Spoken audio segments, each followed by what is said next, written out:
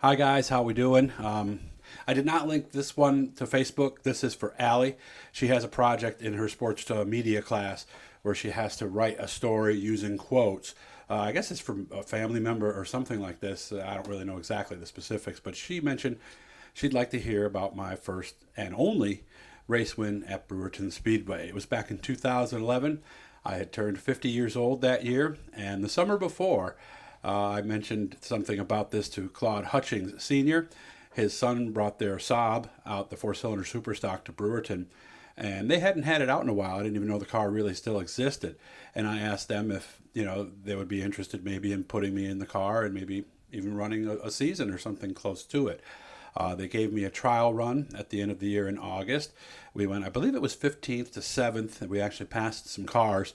And basically that allowed me to pass my test pretty much. And Claude Hutchings said, sure, let's go ahead and do this.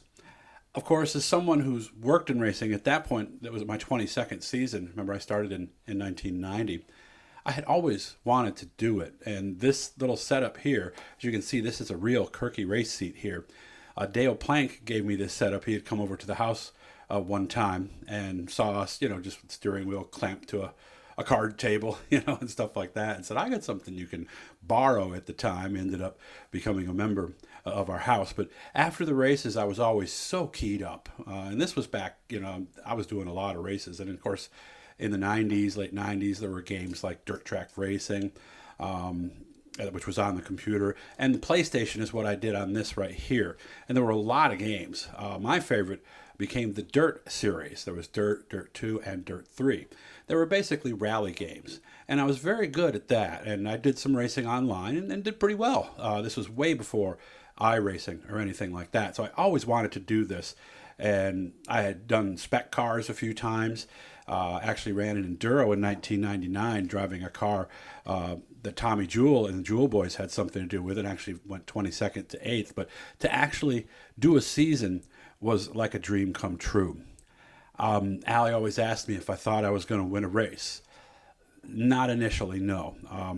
That off season, when I went out to Claude's house and they moved the seat and the shifter and the steering wheel position to get me comfortable, really I was just doing it to have some fun. I thought it would be a great opportunity to learn more about the sport from behind the scenes and from actually being in the seat of the car. But at the beginning of the year, because we waited a couple of weeks on purpose, Claude had said that he really didn't want me getting caught up in points or anything like that. So when we came out the first time, everything, like I said, was moved around. I felt very comfortable in the car. And that car had won multiple championships with Claude Jr. behind the wheel. So I knew the car was more than capable. It's just whether the driver was going to do any good or not was the biggest thing. And like I said, I came into it just like, all right, let's get what we get. We'll have some fun. We'll learn some things. And then the very first night, we actually finished second in our qualifying heat. And I think we started like 14th or 15th. I think they were taking 5, so maybe something like that. And ended up running down second place on the last lap and finishing in second place. And at that point, I remember it was like, wow, maybe maybe I can actually win a race in this thing. And for the next few weeks, it went very well. We had a bunch of third and fourth place finishes. I was taking care of the equipment. I was learning the car. I was learning the capabilities of the car and the capabilities of me. And one of the things I learned right away is that the front wheel drive cars tend to hug the bottom better. They don't get loose going in the corners.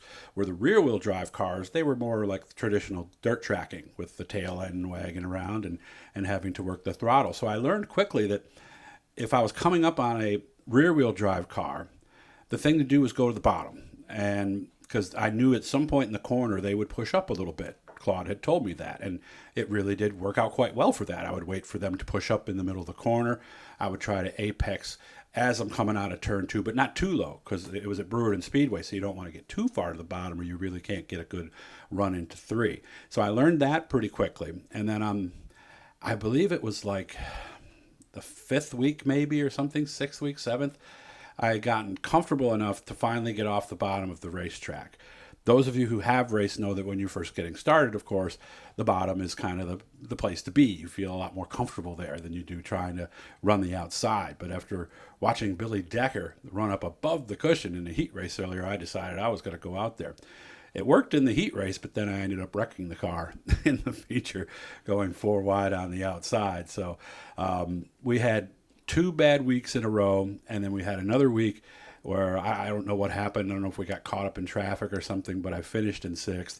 So the way the handicap was working, that week that I ended up getting the win, and by then I had already won 3 heat races. So I, was used to passing the car and got past that not knowing what's going on around you when you're out front, because you can't see what's going on behind you. I wasn't good enough to read the scoring pylon. So, but on the night that I actually won, and I started 4th, I knew the car right directly in front of me tended to like the bottom. So right off the start, I went right to the outside of him and had the lead by the time we came out of turn 2. We had some issues with some contact on the track, so they had called the drivers' meeting earlier that night and basically told us all to calm down out there on the racetrack. So consequently, the race went green to checkered. There were no caution flags. But I remember at one point, and again, there's no rear view mirrors. You don't know what's going on around you.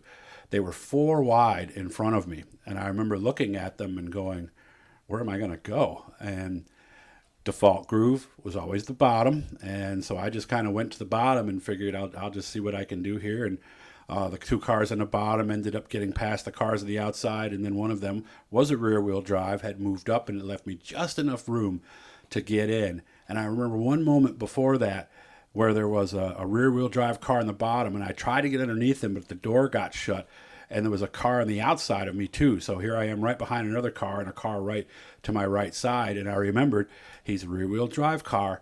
Just wait for him at the end of the corner. He'll move up. He opened up the bottom, and then that was pretty much the race at that point. I think there was maybe 4 laps to go at that point, and everybody in front of me was single file, and you do lose track of the laps, especially when you're out front. I did not see 5 to go because I remember at that moment I was pretty busy.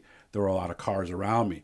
So without having the comfortable factory, without being comfortable enough yet to look for that lap counter, I was just waiting. And then all of a sudden I saw the parallel flags, and I saw the white flag, and I remember there was a car right there, and I was able to get by him. And I remember going across the start-finish line, and it kind of hit me. Like I came back around, and Dave Farney was flagging at the time, and I kind of stopped because I really didn't know exactly where to go, where they wanted me on the track. So I stopped a little short of it, and Dave Farney came in the car, stuck his head in the car, and he was yelling and screaming. He was pretty happy for me, and I remember him patting me on the helmet, and I got out of the car, and I just did a woohoo. It just kind of happened, and you can see it on the video. Thomas Video has it. It's July 14th, 2011. Matt Shepard won that night too, so I have that in common. I won on the same night as Matt Shepard. But the thing was, in Victory Lane, I couldn't remember. It was I'm doing it right now. Chad Homan had given me some advice right before the race, and a lot of drivers gave me advice. I couldn't remember his name. I stumbled a couple of times, and here I am, the broadcaster who should know how to handle himself in Victory Lane, and even I made a couple of mistakes. But to do it and to actually win was a dream come true. I have the plaque. It's up on the wall. It's over there. It's still in this room, and it was the most amazing experience of my life. It taught me so much about racing. It made me better at covering the racing. I remember there was an incident earlier that year, because I was still doing Doug's Dirt Diary while I was racing. So I would interview people after the heats, and it was one of the modified guys. I can't remember who. He told me about something that was going on the track, and he looked at me and he said, well, and I remember going, yeah, I do. I was just out there. So it was I'd go back and do it again. But the real story, I always said, and I only got a few seconds left here, was the real story would have been if I had not won in that car, because that car was amazing. So for me to be in that situation, I was so thankful for Claude. Claude Jr. actually gave me a lot of advice too. Stephen Denton gave me a lot of advice. And Carol stepped in when she had to when I got a little out of control there one week. So, but that's the story. Allie, I hope this is everything you need for your article. And if not, please get a hold of me. And if you guys happen to stumble on this, I didn't link it, so I hope you enjoyed it. You guys take care, and I'll see you soon.